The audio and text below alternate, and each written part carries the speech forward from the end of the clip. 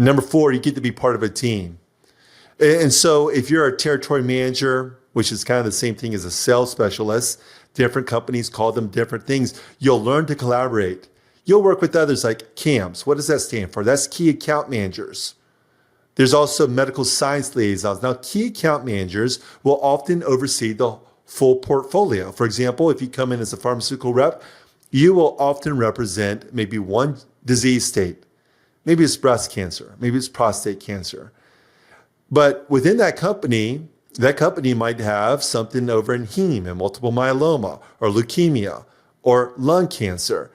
And the CAM will kind of work with all those, and they'll work with the hospitals and also the outpatient, maybe the VA as well. And they'll have conversations with the pharmacist, with the lead oncologist, making sure that the drug is on formulary. You'll work with what is called field reimbursement managers. And some of you with a clinical background, if you're a nurse, you might want to break into one of these roles, like a CAM, a key account manager, or another one is a medical science liaison. Especially if you have a PharmD or a PhD, a medical science liaison is a great position because you're the one who's having those educated conversations with the doctors about clinical trials. They're always interested. Now, keep in mind in cancer, and we'll talk about this more, there's often the academic settings, which are, for example, here in Columbus is Ohio State, the James Cancer Center. And it's often affiliated with a university. So I grew up in Virginia. If it would have been in Virginia, it would have been the University of Virginia. I was in Dallas, it would have been UT Southwestern. But then there's the community setting. The community oncologists or the community doctors are the ones who might treat more broadly. Now, sometimes they're affiliated with a large group. So for example, when I was in Dallas, it was Baylor, Scott, and White. And that group bought out a lot of smaller practices.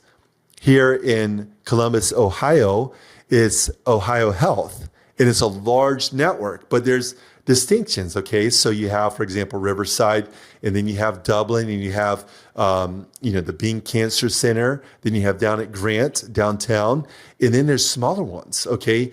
And in these groups, they might be interested in clinical trials as well. So that role, medical science liaison. Now, think about this. In sales, if you're the sales specialist, you got to think of yourself like a quarterback.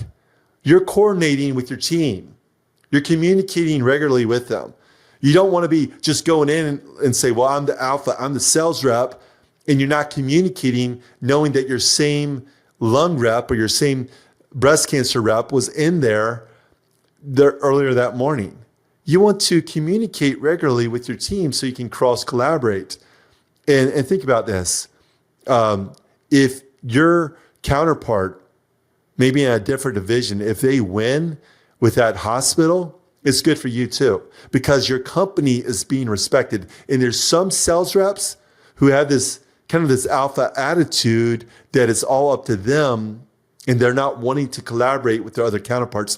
If you want to make it far in your company, you got to keep that in mind. But it's great to be part of a team. Many of you are in sports and you were part of a team. And you realize that in order to win championships, you had to work with others. And so, especially in medical sales, it's good to be part of a team. Number 5, why do you want to get into this? Incredible benefits. Now let's talk about the perks. Okay, you're going to have a company car. If you work for a company like AstraZeneca, you'll have a Tesla. With my company, it's a mid-sized SUV that I have.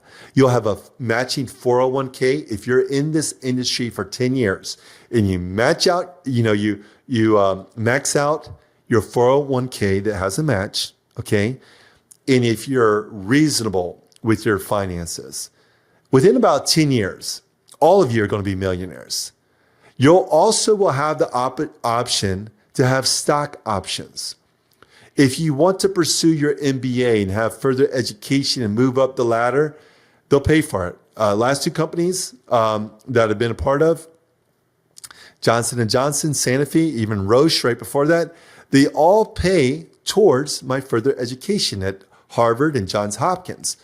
Now, some of you might say, you know what, I learned more just by doing and having a coach And that's fine too. So you don't have to earn an extra MBA degree. Some people think, you don't need to do that. So, but just keep in mind that if you work for one of these companies, a lot of you are thinking, I need to get more education. No, you did the right thing by hiring me as a coach, but then you need to just get out there and work and make money and grow and grow and grow. And then later, if you want to get your MBA, let your company pay for it. Okay. Don't go in debt. Don't take out loans. Let your company pay for it.